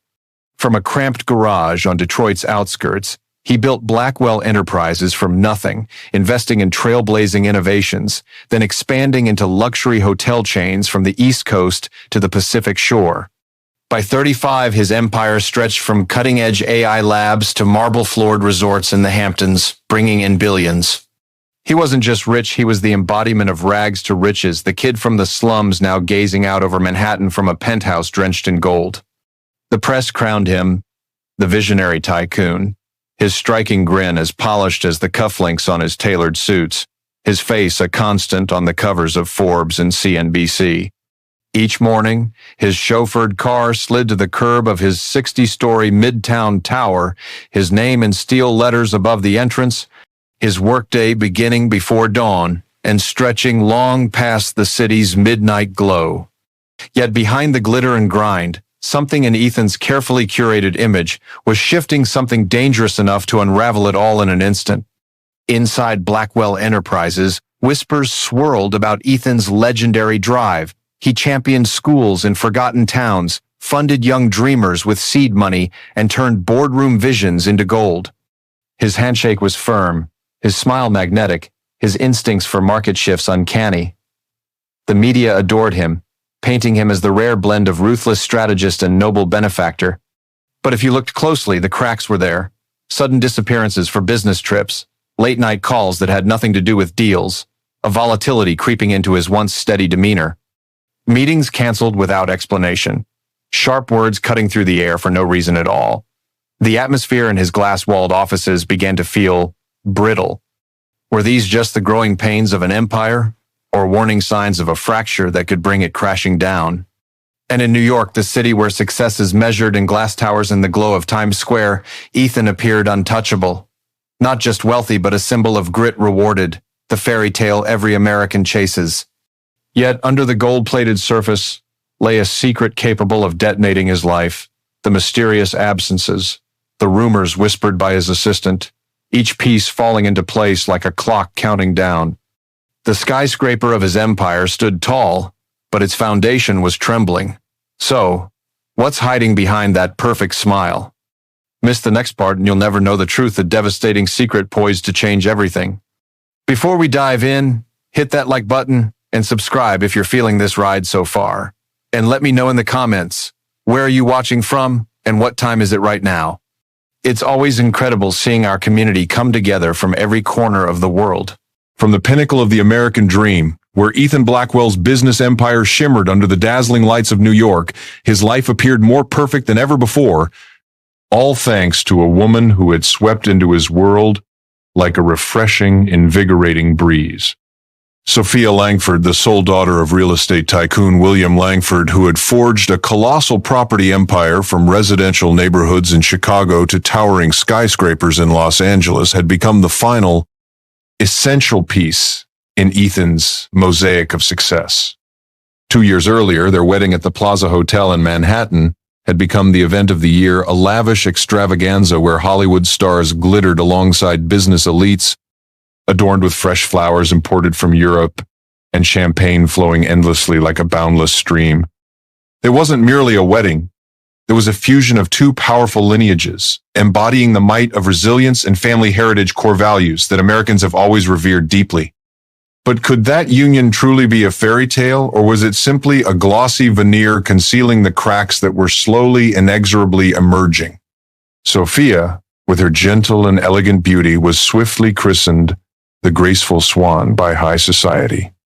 Not due to any ostentatious exterior, but because of the subtlety in every gesture, her lustrous golden hair cascading freely, her profound blue eyes emanating intelligence and profound compassion. She grew up enveloped in the opulence of the Langford family, yet instead of submerging herself in luxury, Sophia chose the path of philanthropy, devoting her time to children's hospitals in Boston. Those fundraising galas for children battling cancer, those heartfelt visits to struggling families, all of it elevated her to an icon of American kindness, a woman not only beautiful but also profoundly strong, contributing to community building in the same way her father constructed cities. When she married Ethan, Sophia felt as though she were living in a dream. A thriving husband, a penthouse overlooking Central Park, and the chance to expand her charitable mission through the funds of Blackwell Enterprises. The press relentlessly celebrated them as the ideal couple, with features in Vanity Fair describing the marriage as the merger of ambition and benevolence. But behind those beaming smiles on the cover photos, did Sophia sense that the dream was beginning to dim and that those minor fissures could precipitate a seismic upheaval? The news of Sophia's pregnancy propelled their story to unprecedented heights, acclaimed by tabloids as the next chapter in the Blackwell fairy tale. Paparazzi shadowed her every step at upscale clinics in Manhattan, eager to capture the instant she emerged with an ultrasound image in hand. The media devoted exclusive articles to the Blackwell baby, speculating about the luxurious nursery with soft pastel hues and imported toys. Sophia, with her hand tenderly resting on her swelling belly, experienced the profound joy of impending motherhood, a role she had always envisioned, mirroring the traditional American family values instilled in her upbringing. She persisted with her philanthropic endeavors, organizing fundraisers for abused women and homeless children, demonstrating that success isn't a signal to halt, but a catalyst to give even more generously. Ethan, initially, appeared to share in that elation, with romantic gestures like presenting flowers and vowing a radiant future. But gradually the cracks began to surface, as subtle as scratches on the gleaming glass of the Midtown Tower. Have you ever pondered that beneath that facade of bliss, those minor shifts could foreshadow a tragedy of monumental scale? Ethan started frequently missing doctor's appointments, citing emergency meetings or sudden business trips to London. Romantic dinners were abruptly canceled at the last moment, supplanted by apologies via text, leaving Sophia to confront the anxieties of pregnancy in solitude. She consoled herself that it was the cost of success. After all, her father had also devoted countless hours to his real estate empire, and Ethan was constructing a future for their family. But deep within, an undercurrent of unspoken tension was infiltrating their daily existence. Ethan's distant stares, the late-night calls he attempted to conceal, and the chill gradually supplanting the initial warmth. Sophia, with her maternal instincts awakening, strove to maintain composure, persuading herself that every marriage encounters trials, especially in the whirlwind world of New York. She carried on with her charitable mission, her hands caressing her belly like a solemn vow to the unborn child. We will overcome. Nevertheless, those alterations were far from coincidental. They were harbingers of a greater secret, something stealthily eroding the family's very foundation. And Sophia had no inkling that her patience was on the verge of being tested to its utmost limit, leading to decisions that could alter her life irrevocably. If you miss the next part, you'll regret it, because you won't discover how that dark secret will propel her to the brink and the way she rises from it. From the opulent corridors of the Waldorf Astoria in Midtown Manhattan, where New York's elite often seek refuge to conceal their most intimate secrets, Ethan Blackwell began venturing into a parallel world. One where seductive allure transcended all moral boundaries. As the unspoken tension in his marriage to Sophia grew increasingly dense and suffocating, Ethan discovered an escape in these clandestine rendezvous, where he could momentarily cast aside the crushing weight of success and his looming responsibilities as a husband and soon-to-be father. Isabella Voss, a captivating art dealer hailing from Italy, emerged like an exotic, intoxicating breeze, with her raven black hair cascading freely and her deep brown eyes radiating an enigmatic, almost hypnotic mystery. She presented herself as an expert in European masterpieces, but beneath that elegant facade lurked a cunning scheme where romance served merely as a tool to achieve far grander ambitions. Ethan, once a towering symbol of American grit and determination, was now ensnared in that swirling vortex, leaving audiences to ponder with a heavy heart. Could the raw power of ambition truly drive a man to forsake his very soul?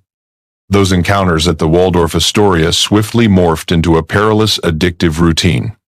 Ethan would stealthily slip away from his office, abruptly canceling vital meetings under vague and flimsy pretexts, only to rush into the private elevator, ascending to the penthouse suite, where Isabella awaited in a vivid red satin robe, her subtle perfume intertwining with the pulsating energy of the bustling city far below. Her magnetism extended far beyond mere physical allure, the flawless curves and tantalizing smile to a razor-sharp intellect, an uncanny ability to listen deeply and unearth the hidden depths within Ethan. He felt utterly liberated, as if unshackled from the relentless pressures of the Blackwell Enterprises empire, completely oblivious to his obligations towards Sophia and their unborn child. Isabella artfully steered their conversations from the realm of art to the cutthroat world of business, subtly proposing investment opportunities across Europe, where she vowed to expand his corporation's reach and influence.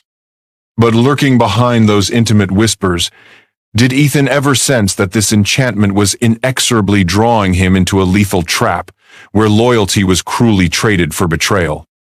Not merely a lover, Isabella Voss exploited Ethan with exquisite, calculated subtlety, redirecting charitable funds from the coffers of Blackwell Enterprises into sham investments shrouded in deception.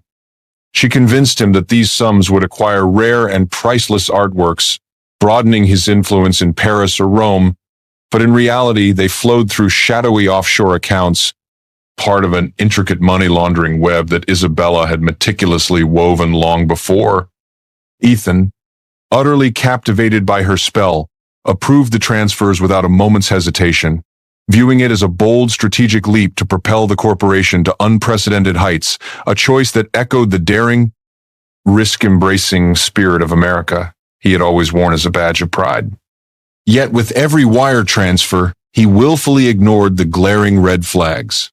Anomalous invoices flagged by assistant Mia Reynolds, probing inquiries from hotel staff Carlos Mendoza, who had recognized him from past charitable galas. Ethan even contemplated a lavish European getaway with Isabella, envisioning romantic nights along the Seine, entirely forgetting the devoted wife and child patiently awaiting his return at home. Were those escalating risks truly worth the gamble, when a single fatal error could obliterate not only his sterling reputation but the very American dream he had labored so tirelessly to construct?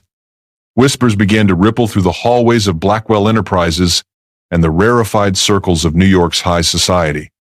Employees murmured about unsanctioned trips. Assistant Mia detected unsettling shifts in his itinerary, marked by late-night calls from unfamiliar numbers and extravagant bills that clashed with legitimate business dealings. Carlos Mendoza, the hotel employee harboring memories of Ethan from philanthropic events, inadvertently witnessed those tender, illicit moments, his loyalty to the Blackwell family stirring inner conflict, but ultimately refusing to remain silent forever. Ethan, lost in his trance-like infatuation, brushed aside every warning, arrogantly believing his power was impenetrable enough to veil it all.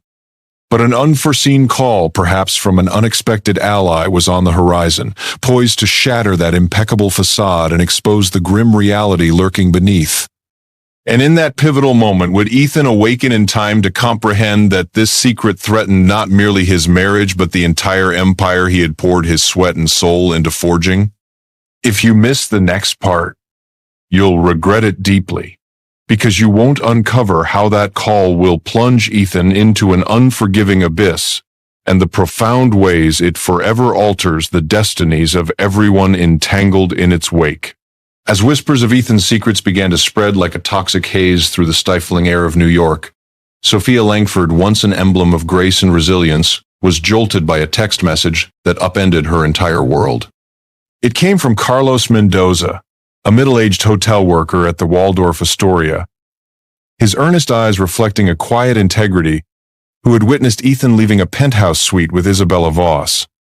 The attached photo, grainy yet unmistakable, showed Ethan stepping out of an elevator, a smug smile on his face, his arm draped around the alluring woman. Sophia, alone in her penthouse overlooking Central Park, felt her heart constrict as if gripped by an iron fist. The agony of betrayal crashed over her like a tidal wave, causing her to clutch her pregnant belly with trembling hands, not just from the sting of deceit, but from a gnawing fear for her unborn child's future. Could a woman as formidable as Sophia maintain her composure in the face of such undeniable evidence, or was this the spark igniting a battle for justice that every American woman might fiercely relate to? With a heavy heart, Sophia arranged a clandestine meeting with Carlos at a quiet cafe in Central Park, where ancient trees shielded them from the prying eyes of the bustling crowd.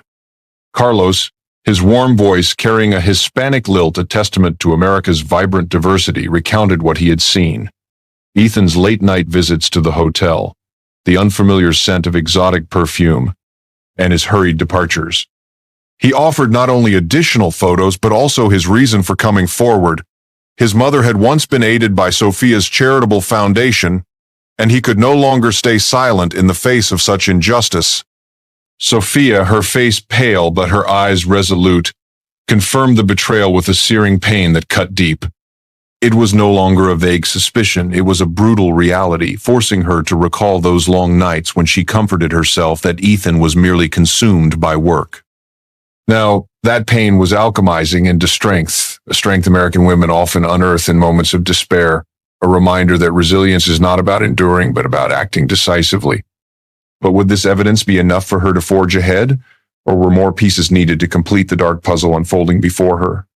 After the meeting, Sophia refused to drown in tears.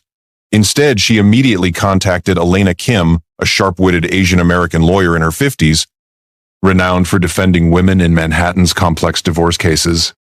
In a discreet office near Wall Street, Elena listened intently as Sophia recounted the details of their marriage agreement, a document once signed in joy, now transformed into a legal weapon.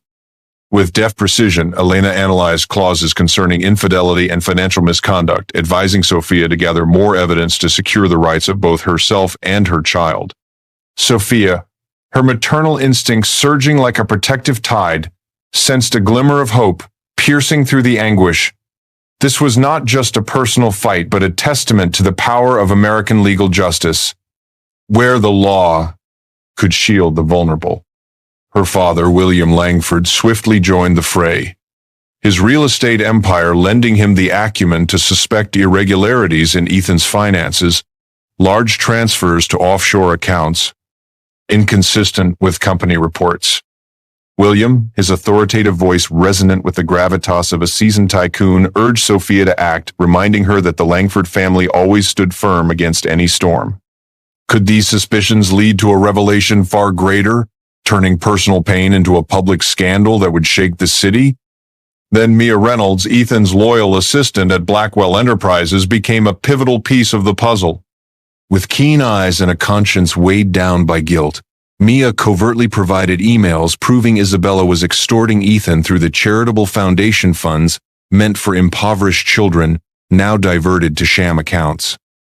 Mia, a young woman embodying the millennial American spirit, felt remorse for her prior silence but now chose to stand for justice. Armed with irrefutable evidence, photos, emails, and financial reports, Sophia devised a razor-sharp plan for divorce and a criminal investigation, transforming her pain into a strategic masterpiece. She had yet to reveal her own secret, a twist that could upend everything, forcing Ethan to confront consequences he never foresaw. It was the power of patience and intellect, qualities American women often wield to turn the tables in real-life sagas. But would Sophia hold that secret until the perfect moment, or would it erupt sooner than she anticipated? And the climax was drawing near, where the truth would explode before the public's gaze, transforming a personal scandal into an emblem of the fight for justice. If you miss the next part, you'll regret it deeply, for you won't see how Sophia's hidden twist will flip the script entirely, a game changer that alters everything forever. Dear audience, grab a glass of water, take a moment to relax, and keep listening to the story. The twists are still to come. And please drop a comment below letting me know where you're watching from and what time it is for you. It's always a joy to see who's joining us from around the world. Drop a 1 in the comments if you find this story gripping so we can keep bringing you more captivating tales. As the climax hung like a menacing black cloud over New York's skyline, where Sophia's secretive plans for divorce and investigation were steadily taking shape, the dark truth finally erupted at a charity gala for abused women, a place where the city's elite gathered to soothe their consciences with lavish checks. The Plaza Hotel, with its shimmering crystal chandeliers and marble floors reflecting sheer opulence, became the stage for a personal tragedy morphing into a public scandal. Sophia, in a flowing emerald gown hugging her pregnant belly, entered the ballroom as a beacon of American feminine strength, resilient, compassionate, and poised to champion the vulnerable. But no one could have foreseen that tonight she would become a victim on her own stage. Could an evening meant to honor justice become the moment that shatters a marriage and hurls a man like Ethan into a bottomless abyss? Isabella Voss appeared like a beguiling specter, gliding through the crowd in a glittering silver dress, commanding every gaze with her exotic beauty and confident smile. She had cunningly secured an invitation by donating a rare painting to the auction, but her true intent was to flaunt her intimacy with Ethan. As Isabella approached him at the bar, lightly brushing his arm and whispering something that sparked his loud laughter, the guests began to murmur gossip, spreading like wildfire through a parched forest. New York's high society, accustomed to discreet secrets, now witnessed this overt closeness as a crack in a flawless glass facade. Sophia, observing from a distance, felt a chill run down her spine, yet she maintained her composure, reminding herself of her charitable mission, empowering abused women, a cause now piercingly personal. Her father, William, stood nearby with a martini in hand, his anxious gaze sweeping the room, sensing the shifting atmosphere. Were those murmurs the harbingers of a larger explosion, where betrayal would be laid bare under society's glaring spotlight? When the time came for the main program, Sophia ascended the stage with regal poise, her powerful voice resonating through the microphone, speaking passionately about empowering women, stirring words about inner strength, standing against abuse, and building a supportive community. Each sentence felt like an arrow aimed at men like Ethan, though she strove to keep her tone neutral. The audience erupted in applause, admiring the pregnant woman who still fought tirelessly for her ideals, an image echoing America's feminist spirit, from the suffrage movement to number Me Too. But behind her smile, Sophia struggled to stay composed, her heart pounding as she glimpsed Isabella and Ethan in a corner, their exchanged glances far too intimate. She pressed on with her speech, emphasizing that women deserve respect and safety, but each word now carried the weight of her personal pain, like a veiled warning of the storm to come. Assistant Mia, stationed backstage, noticed the tension and gently patted Sophia's shoulder as she stepped down, but nothing could halt the tempest brewing. Have you ever imagined that an inspiring speech could become the spark for a personal tragedy, leaving an entire city stunned? Suddenly, Isabella glided past Sophia with audacious bravado, grazing her pregnant belly, perhaps unintentionally, but in that moment it felt like a calculated provocation.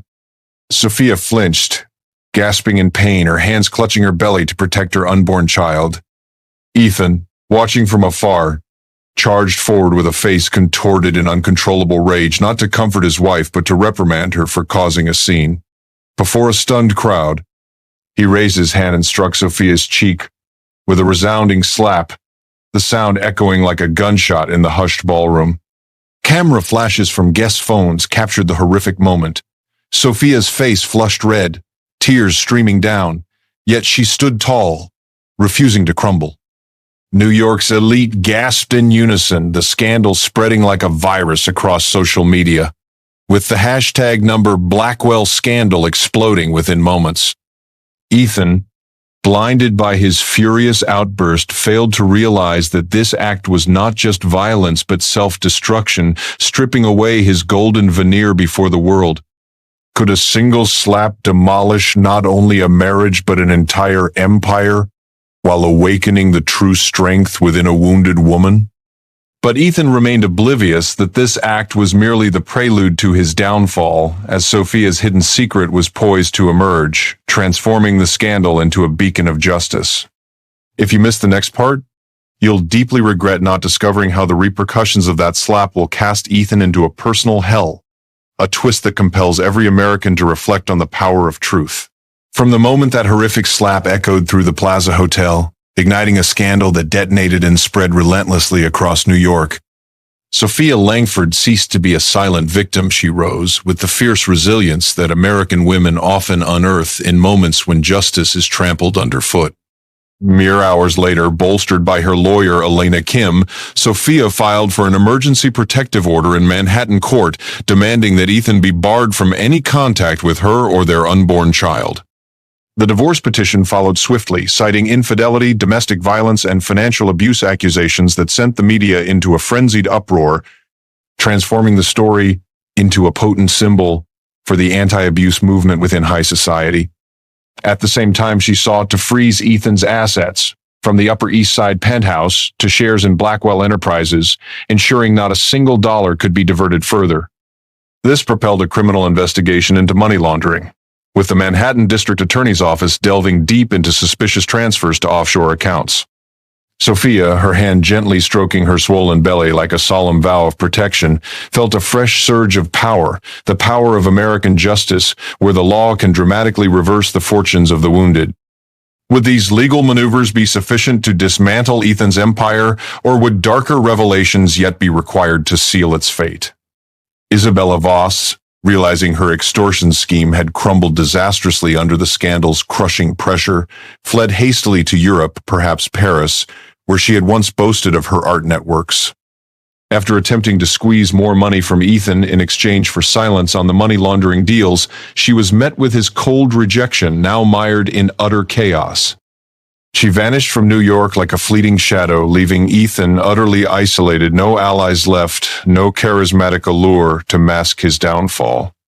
Interpol was alerted, but Isabella had planned meticulously, using hidden accounts to evade capture. Ethan, who had once prided himself on his elite network, now found himself shunned. Friends evaded him, partners severed ties, and the media painted him as a quintessential betrayer of the shattered American dream. That isolation was not merely physical, but profoundly emotional, leaving him to wander his empty penthouse, gazing out at the city that had once idolized him. It was a harsh lesson on the consequences of greed, a theme Americans often contemplate through real-life tales from Wall Street to Hollywood. But was this isolation the pinnacle of his torment, or merely a prelude to an even more devastating financial collapse?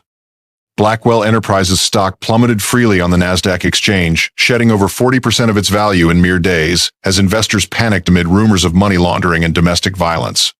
The board of directors, who had once lauded Ethan as the visionary tycoon, now convened an emergency meeting at the Midtown Tower, voting overwhelmingly to oust him from the CEO position, a decision embodying American corporate accountability where reputations can crumble in an instant. Ethan, sitting alone in his former office, watched the empire he had built from Detroit's slums disintegrate, with employees departing in droves and partners cutting all connections.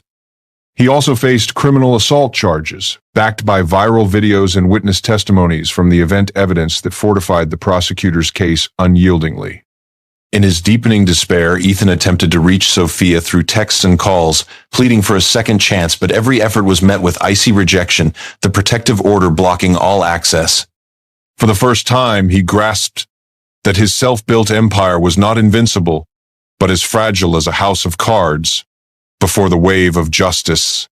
Would this despair lead Ethan to genuine remorse, or was it merely a veneer concealing his lingering selfishness? Ethan wandered through his dimly lit penthouse, whiskey glass in hand, reflecting on his journey from poverty to peak, those sleepless nights in Detroit, now bitter memories. As everything crumbled from a single loss of control, he tried contacting William Langford, hoping his father-in-law might intervene, but received only silence, a rejection underscoring that American families do not forgive betrayal. The media coverage was relentless, with analyses on the fall of the American dream, turning Ethan into a cautionary tale for young entrepreneurs. In the depths of his desperation, he realized the empire he had constructed was shattering completely, from frozen assets to a tarnished reputation.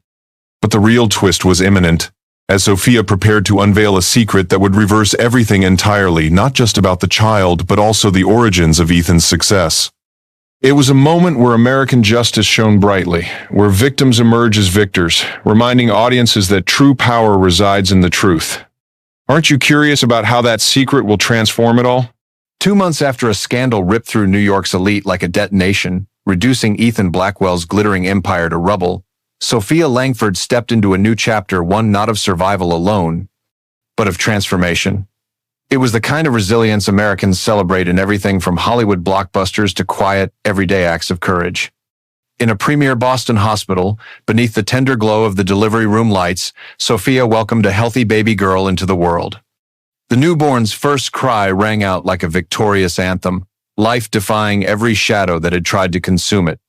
She named her Hope, a living promise for the future, her silky hair and striking blue eyes mirroring Sophia's own. The doctors smiled with reassurance, but fate had one more twist to reveal. DNA results confirmed the child was not Ethan's.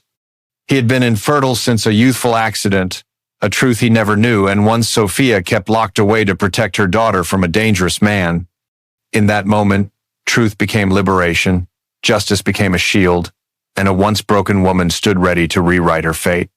Armed with DNA evidence as unshakable as the Declaration of Independence, the Manhattan court granted Sophia full custody and ordered millions in damages from Ethan's personal fortune. The judge's voice carried the weight of American fairness, declaring Ethan guilty of marital fraud by concealing his infertility, a ruling that tore apart their prenuptial agreement. Sophia sat in the courtroom, her shoulders squared, tears flowing not from sorrow, but from the profound relief of a burden finally lifted. Across the aisle, Ethan's complexion drained to ash, the tailored suit that once broadcast dominance now hanging loosely on a man crushed by his own downfall. The gavel's echo was more than a verdict. It was a declaration that American law protects the wronged and refuses to bow to abusers. But was this truly the closing act, or just the beginning of a deeper unraveling of Ethan's carefully crafted myth? The cracks widened when the truth about Ethan's self-made legacy came to light. His rise from Detroit's slums had been fueled not solely by grit, but by the quiet power of William Langford, his father-in-law, whose early investments and high society connections were the true foundation of Blackwell Enterprises. In court, William's icy testimony stripped Ethan of his last veneer, rebranding him as a counterfeit icon of the American dream. Coupled with money laundering charges tied to Isabella Voss and the very public assault on Sophia, Ethan's suspended sentence dissolved into hard prison time. Inside the frigid walls of a federal cell, he replayed his journey from poverty to pinnacle to ruin, haunted by the truth that blind ambition had devoured everything it touched. National outlets from CNN to the New York Times followed every twist, framing his fall as a cautionary tale of greed, hubris, and violence, forcing Americans to question what success is truly worth. But prison was not the bottom. That lay ahead. Isabella, who had fled to Europe, returned under a deal for leniency, laying bare Ethan's darkest dealings from illicit offshore transfers to the way greed had twisted him beyond recognition. Her testimony landed like final merciless blows, bankrupting him completely. His assets were seized to repay victims and restore stolen charitable funds. Stripped of everything, he limped back to a crumbling house in Detroit, a shadow of the man he once pretended to be, living in the same kind of hollow despair he'd escaped decades before. It was poetic justice, the kind Americans relish a villain meeting the fate he earned. Meanwhile, Sophia, now CEO of Blackwell Enterprises after William transferred his shares, rebuilt the company as a beacon of female empowerment, steering it toward technology that uplifted women and expanding philanthropy. She launched a foundation for abuse survivors, funneling millions from her settlement into programs that offered not just aid, but dignity. From the ashes of betrayal, she forged an empire no storm could shake. Sophia ignored Ethan's pleas for forgiveness, pouring her devotion into raising hope and fueling her mission. Her story became a rallying cry, culminating in a viral TED Talk titled From Betrayal to Inner Strength. Standing under the spotlight, she spoke as both mother and warrior, a living reminder that the American spirit honors not the fall, but the rise. Her journey from victim to victor resonated across the globe, proving that even in the wake of destruction, the human heart can build something greater. If her story moves you, like, share, and subscribe, because every voice raised in hope makes the next victory possible.